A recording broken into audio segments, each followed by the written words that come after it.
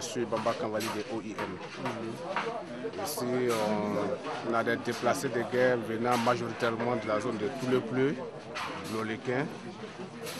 Là, c'est Biglo Bloléquin. Par la force des choses, se retrouvent regroupés ici.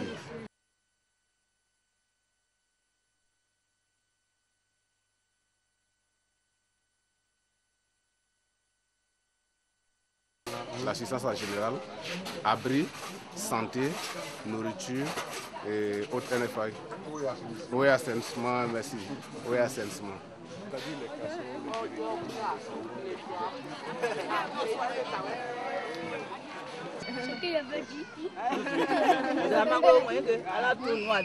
Nous avons amené des plastic sheeting avec nos partenaires Caritas pour monter ces hangars que vous voyez.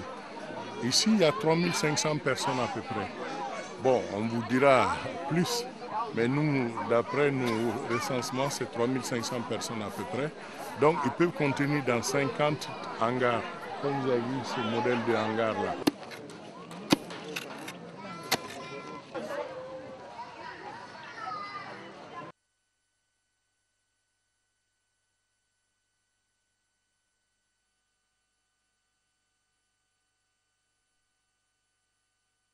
Il faut reconnaître qu'il y a eu beaucoup de naissances ici.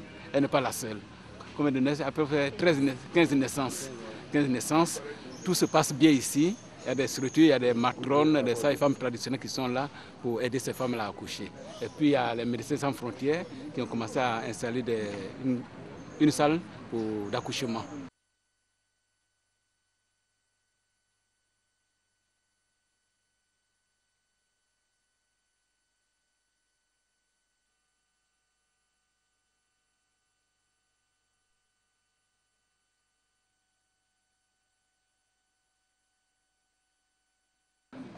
Quand tu vas loin, il faut d'abord ménager ta monture.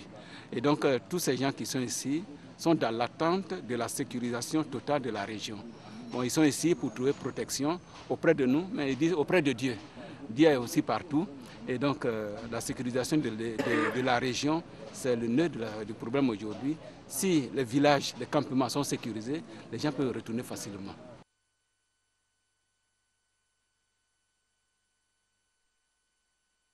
Je m'appelle Boyaman Syriac. Et tu fais quoi ici? Je suis un déplacé de guerre. Tu es où? À Bloléquin. Et qu'est-ce qui s'est passé là-bas? La guerre. Mais qui vous a soigné? Connasse. Vous êtes arrivé ici, MSF. Mais aujourd'hui, c'est le fond, je me suis soignée. Aujourd'hui, c'est la Croix-Rouge. Non, dites le nom de cette personne.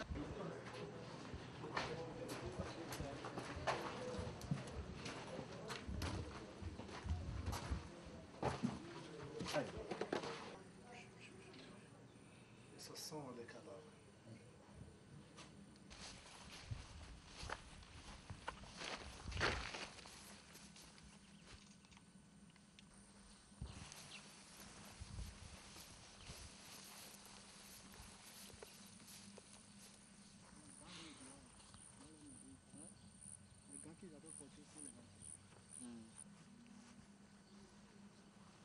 Dans le mois de mars, lorsque les opérations continuaient sur cette ville, on avait reçu la population civile qui était un peu menacée. Donc on les a regroupés ici dans le but un peu de les nourrir et puis de leur chercher un peu à l'abri.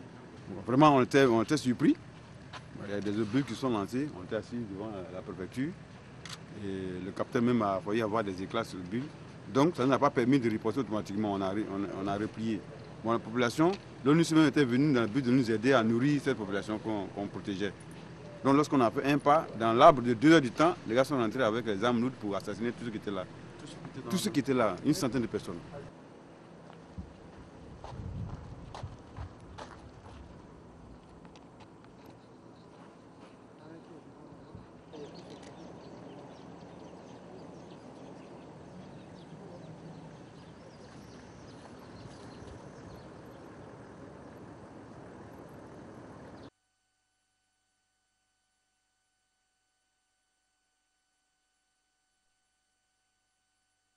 Ceux qui sont en rouge, là, c'est des gens suicides.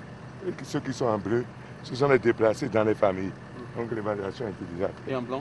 Blanc, là où il n'y a rien. Non, ça n'a pas été évalué. On est sûr qu'il n'y a personne.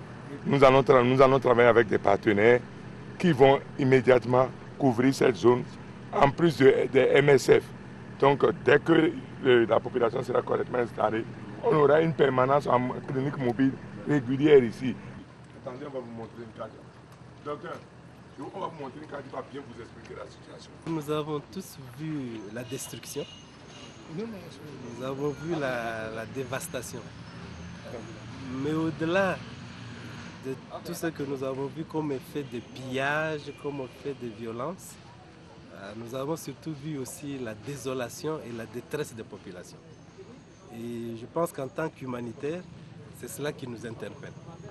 On se rend aussi compte qu'il y a une amélioration dans les conditions d'hygiène, dans les conditions de prise en charge nutritionnelle. Mais en même temps, le grand défi qui nous a été signalé partout, c'est le défi de la sécurité. Parce que la plupart des personnes déplacées veulent bien rentrer.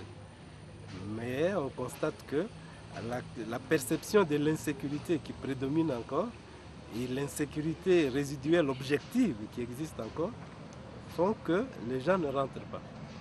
Nous avons pu voir, pour moi Carrefour c'est un des meilleurs exemples, j'y étais il y a 2 semaines, il n'y avait absolument personne. Aujourd'hui j'ai quand même trouvé 300 personnes, on nous a dit, près de 300 personnes, qui, même dans une certaine condition d'insécurité relative, essayent de rebâtir petit à petit leur vie. Donc pour moi, c'est la grande leçon de cette visite, qui est que le problème demeure, mais il y a une volonté d'aller de l'avant pour que les gens retrouvent leur vie dans des conditions de dignité et dans des conditions de sécurité.